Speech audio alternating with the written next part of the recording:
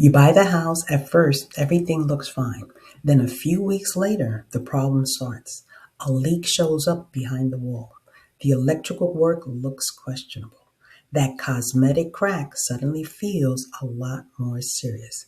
And now you're asking a question a lot of buyers ask too late. Can I sue the seller? I'm Cathy Sabater, and today we're breaking down what happens when a buyer feels like they bought a lemon, when you may actually have a legal case, when you may not, and why a bad surprise after closing does not automatically mean you can win a lawsuit. A lot of buyers assume that if something goes wrong after closing, the seller must be responsible. Sometimes that is true. A lot of the time, it is not. That is the part people do not like hearing. Once the deal closes, home ownership always means taking on risk. Not every repair problem becomes a legal case. Not every defect means the seller lied. And not every expensive surprise means someone else can be forced to pay for it later. So the real question is not, did something go wrong? The real question is, what did the seller know? What were they required to disclose? And what can actually be proven? That is where these cases usually live or die. In many real estate transactions, sellers are required to disclose known material defects. That means serious problems they already knew about that could affect the property's value, safety, or the buyer's decision to move forward. The key word here is known. That means a lot. If a pipe starts leaking after closing, that does not automatically prove the seller knew about it before. If an old roof fails later, that does not automatically prove the seller hid damage.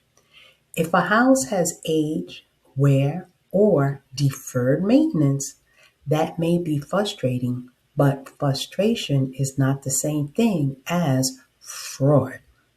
Now, if the seller did know about a major issue and failed to disclose it, that is different.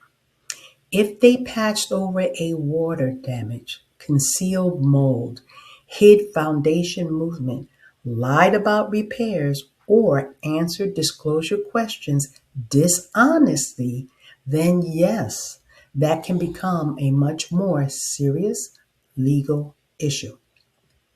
That is where a buyer may have a real claim. But the hard part is proof. You have to show more than this problem exists.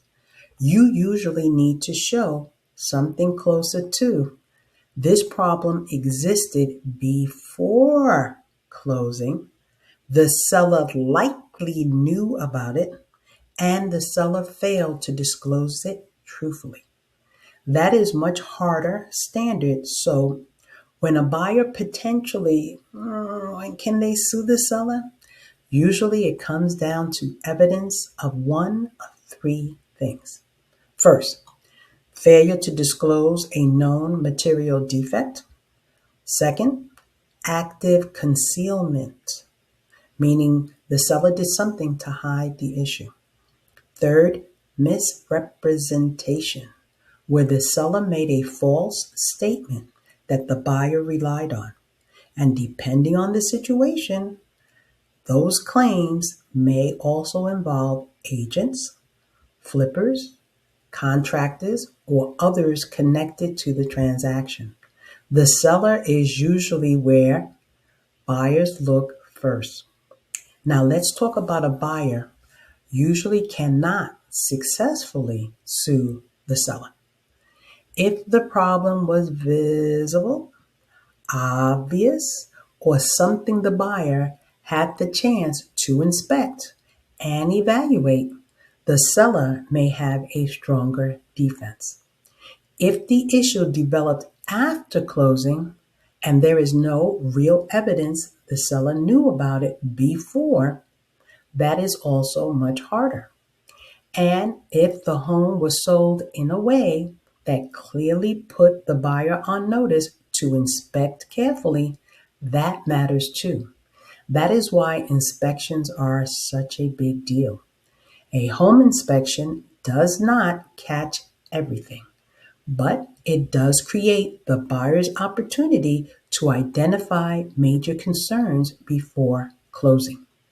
If something could have been discovered during the inspection process, but the buyer waived inspections, ignored warnings, or chose not to investigate further, that can weaken the buyer's position later. Now, that does not mean buyers deserve bad surprises. It means the legal system often asks, what did the seller know? And what did the buyer have the chance to learn before closing? That distinction matters. Here is where many buyers get emotionally stuck. They feel cheated. Sometimes they were. But a strong emotional reaction is not the same as a strong legal case. You can be angry, frustrated, stressed, and facing expensive repairs and still not have enough evidence to win. That is why buyers need to separate these two different questions. Is this unfair? And is this legally actionable?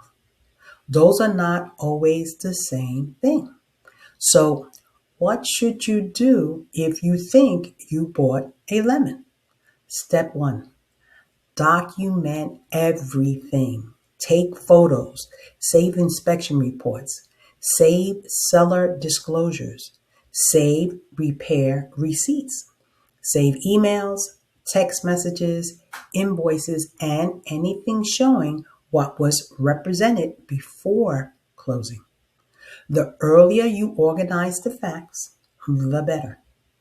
Step number two, figure out timing. Try to determine whether the issue likely existed before closing or developed afterwards. That may have involved contractors, engineers, roofers, plumbers, electricians, or other specialists who can evaluate what happened and how long the problem may have been there, because timing matters. If the defect clearly developed after you took ownership, the seller's exposure may be much lower. Step three, look for evidence of knowledge or concealment. Did the seller repair over damage without disclosing? Were there any fresh patches, suspicious paint, missing invoices, inconsistent answers, or evidence that was covered up? Did neighbors, prior listings, or contractors reveal something different? Again, the issue is not just whether the problem exists, it is whether the seller likely knew and failed to be honest about it. Step four, review the disclosures and inspections reports carefully. A lot of buyers say, "No one told me," then realize the issue was hinted at, partially disclosed, or flagged in a way that they did not fully understand at the time. That does not automatically clear the seller, but before assuming fraud, it is important to review what was actually disclosed and what the inspection really said. Step number five, talk to a qualified real estate attorney early. If the problem is major, do not wait too long. An attorney can help you understand whether the facts support a real claim, whether the amount in dispute justifies legal action and whether the seller, agent, or another party may have exposure. That matters because lawsuits are expensive too. Sometimes the better answer is negotiation, insurance, repair recovery, or another strategy, not a long court fight. Now, one important point: real estate disclosure laws vary by state, and every situation is fact specific. So this video is general educational information, not legal advice, but the bigger lesson is clear. Buying a house with hidden problems does not automatically mean you can sue the seller. What matters is what the seller knew, what the seller disclosed, what the buyer had a chance to inspect, and what can actually be proven. Now, this is the real test. So if you think you bought a lemon, do not jump straight to panic. Start with facts. Document the issue, review the disclosures, check the inspection, get qualified legal guidance if the problem is serious. In real estate, a bad surprise after closing may be frustrating, but a legal claim depends on a lot more than just frustration. I'm Cathy Sabater, and this is Real Estate Rules, Risk, and Loopholes. Next, we're covering another costly real estate trap buyers and homeowners do not always see coming. If you want more real estate rules, risk, and loopholes every homeowner should know, subscribe and stay connected.